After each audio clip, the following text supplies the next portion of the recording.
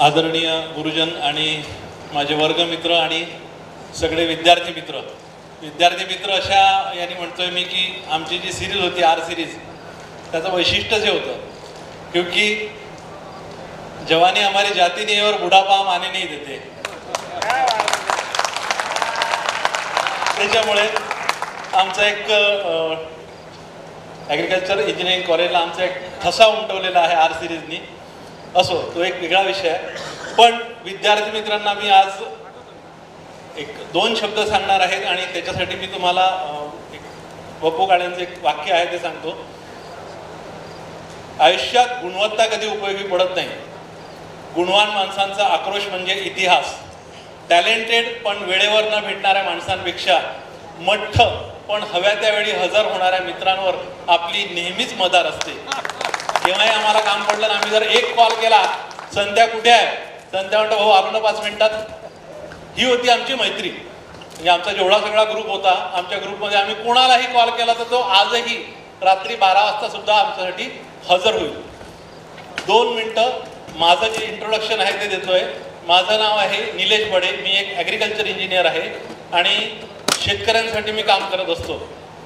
शेतकऱ्यांसोबत काम करत असताना आज मला 25 वर्ष झाले आहे आणि 25 वर्षामध्ये मी जवळजवळ सगळ्या इंडस्ट्रीमध्ये काम केलेलं आहे. Seed, pesticide, fertiliser, pipe, irrigation, त्याच्यानंतर असिस्टंट प्रोफेसर म्हणून पण काम केलं आहे.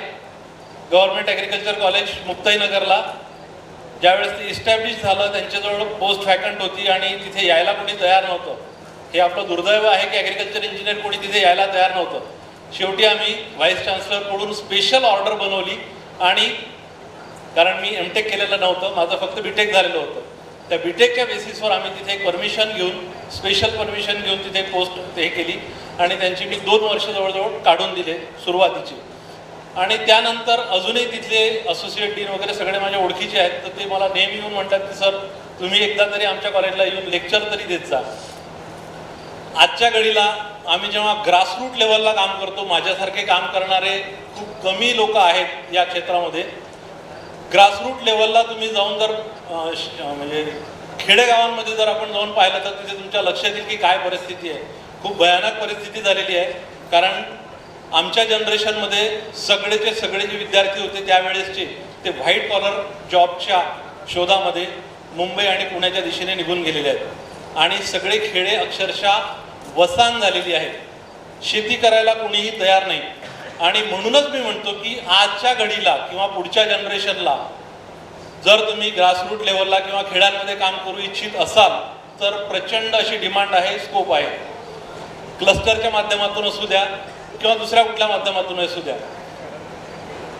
मी जे काम करतो आहे ते नर्सरीचं काम करतो मी मुक्ताईनगरला, जळगाव डिस्ट्रिक्टमध्ये. ते करत असताना या सगळ्या शेतकऱ्यांचे अनुभव जेव्हा सोबत माझ्या पाठीशी आलेत, त्यांचे अनुभव घेऊन मी आज इथपर्यंत आलेलो आहे.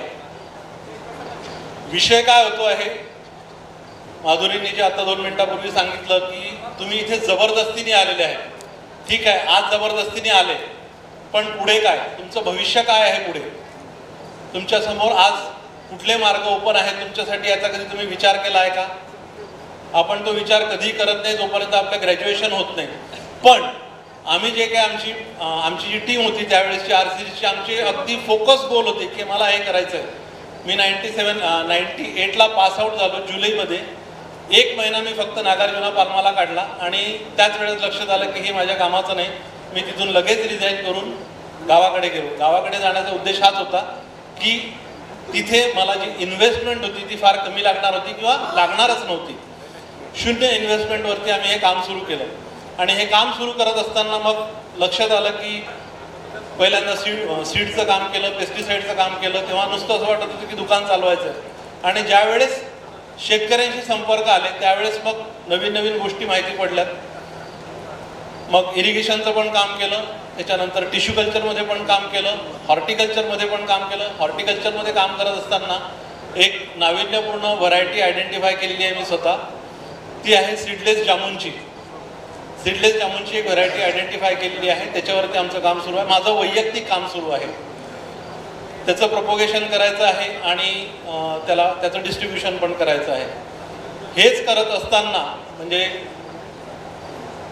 केळीच्या क्षेत्रामध्ये पण गेलो, केळीच्या क्षेत्रामध्ये काम केलं आणि त्या ठिकाणी ज्यावेळेस मला वाटत होतं की 1+1 क्रेडिटचा पॅथॉलॉजीचा सब्जेक्ट असतो आपल्याला, त्याच्यामध्ये आम्हाला कधी काही इंटरेस्ट वाटला नाही, पास व्हायचा आहे म्हणून आपण तो करतो, तुम्ही करतात आणि आम्ही तेच केलेलं आहे.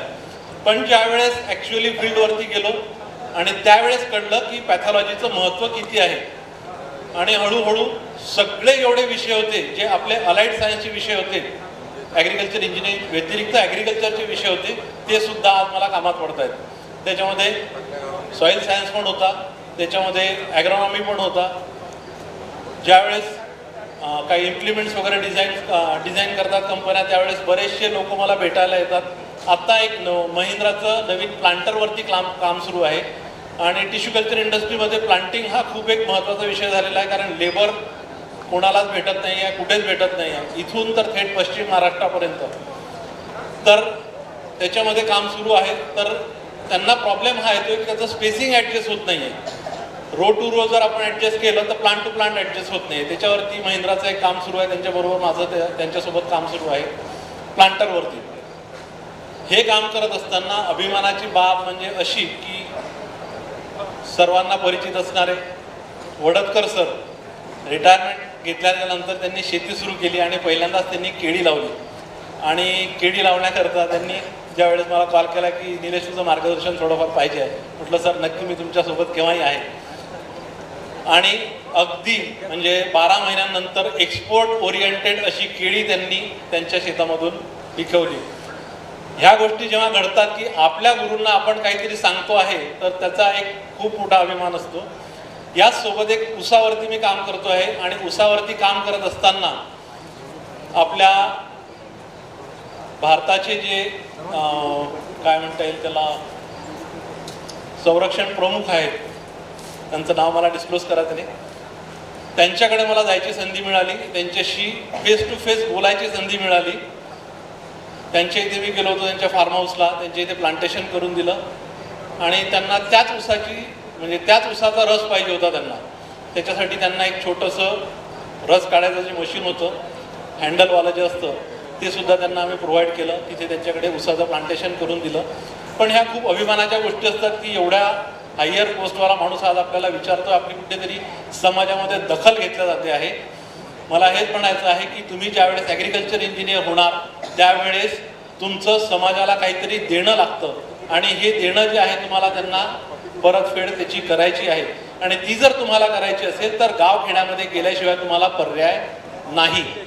हे माझं स्पष्ट मत आहे. कारण काय आहे की आजच्या घडीचा जर विचार केला तर शेती करायला कोणीही तयार नाही आहे. त्यामुळे प्रत्येका गावामध्ये आज ॲग्रिकल्चर लँड इतक्या मुबलक प्रमाणामध्ये आणि इतक्या कमी पैशामध्ये तुम्हाला भेटत आहे की त्यामध्ये तुम्ही कुठलीही इंडस्ट्री करू शकता. इव्हन तुम्ही कल्टिवेशन जरी केलं कुठल्या एखाद्या प्रॉडक्टचं. अजून एक काम सुरू आहे की माझं म्हणणं हे आहे की ज्या गोष्टी आजपर्यंत आपण टाकून दिलेल्या होत्या, जे रिसर्च झाले ते सगळ्या काय म्हणता येईल त्याला कॅश क्रॉप जे होते त्याच्यावरती सगळं काम सुरू आहे. प्रत्येका इन्स्टिट्यूटला जरी गेलं तरी त्यांच्याकडे काम त्याच गोष्टींवरती सुरू आहे. पण ज्या निग्लेक्टेड गोष्टी होत्या ज्याला आजही डिमांड आहे त्याच्यावरती कोणीही काम करत नाही आहे. आपण बरेच वेळा म्हणतो, सगळेच जण म्हणतात, मला बरेच वेळा त्या गोष्टीची लाज वाटते की आपण म्हणतो की भारत हा कृषीप्रधान देश आहे आणि कृषीप्रधान देशामध्ये आपल्याला डाळी एक्सपोर्ट कराव्या लागतात. लाजिरवाणी गोष्ट आहे आपल्यासाठी. धान्य जे लागणार आहे आपल्याला ते आपण एक्सपोर्ट करतोय. हा नुसता डाळीचा विषय नाही आहे. तुम्ही जर बाकीच्या कमोडिटीज पाहिल्यात तर खूप मोठी लिस्ट आहे. रिसेंटली माझ्या लक्षात एक गोष्ट आलेली आहे ती म्हणजे आपली चिंचेवरती सुद्धा बरंचसं काम करता येईल. ते काम करायचं कारण हे की चिंच सुद्धा आज आपल्याकडे भेटत नाही आहे. ती सुद्धा आपल्याला परदेशातून आयात करावी लागते आणि ही जर परिस्थिती असेल तर आपल्याला खूप मोठा स्कोप आहे. पण त्यासाठी तुम्हाला ग्रासरूट लेवलला जाऊन काम करावं लागेल. विद्यार्थी मित्रांनो, माझं एवढंच म्हणणं आहे की ज्यांना कोणाला संधी पाहिजे असतील तर त्या संधी जर तुम्हाला शोधायच्या असतील तर तुम्हाला गावाकडे खेड्याकडे जाणं गरजेचं आहे. राहिला तुमचा इन्कमचा प्रश्न, इन्कम तुमचं ऑटोमॅटिकली जनरेट होतं. त्याला तुम्हाला खूप काही करायची गरज नाही आहे. ज्यावेळेस मी जॉब करत होतो ॲग्रिकल्चर कॉलेजला जेव्हा जॉब करत होतो त्यावेळेस मला असं काहीच वाटत नव्हतं की तिथून पगार येतोय म्हणून त्याच्यावरती माझा उदरनिर्वाह होईल.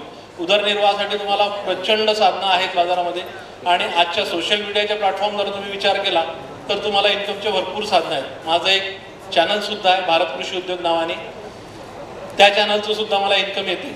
त्याच प्रकारे ज्या लोकांना मी, ज्या शेतकऱ्यांना मी मार्गदर्शन करत असतो त्यांच्याकडून सुद्धा मला काही मानधन येत असतं. ते मानधन मी कधी मोजलं पण नाही की आपल्याला किती येते, पण दररोज मोबाईल 2-3 वेळा कुठेतरी टिक टिक टिक टिक करून जातो सर. की आपल्याला पेमेंट. मधात इंटरप्ट करतो सर, यावर्षी विनंती आहे. आपला पुढचा शेड्यूल जो आहे यामध्ये आपल्याला प्रत्येक बॅचला सिनियरिटीनुसार आपले जे सिनियर मंडळी आपले ॲल्युमनाय या ठिकाणी आले आहेत, तर सर्वांना आपलं इंट्रोडक्शन द्यायचं आहे, जेणेकरून आपले जे नवीन विद्यार्थी आहेत त्यांना आपला परिचय होईल. तर मी 1 बाय 1 बॅचला आपलं झालं ना सर, सरांना प्लीज.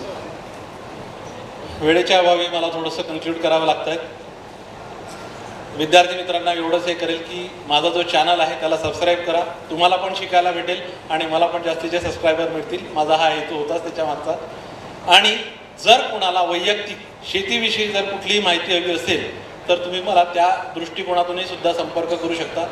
माझा शेवटचा जो कास्तकार आहे तो आहे अमीर रजा, पाकिस्तानापर्यंत सुद्धा माझे शेतकरी आहेत, त्यांना सुद्धा मी इथून मार्गदर्शन करत असतो फक्त केळी पिकांसाठी. तर अशा संदर्भात जर तुम्हाला काही माहिती लागली तर तुम्ही मला संपर्क करू शकता. धन्यवाद.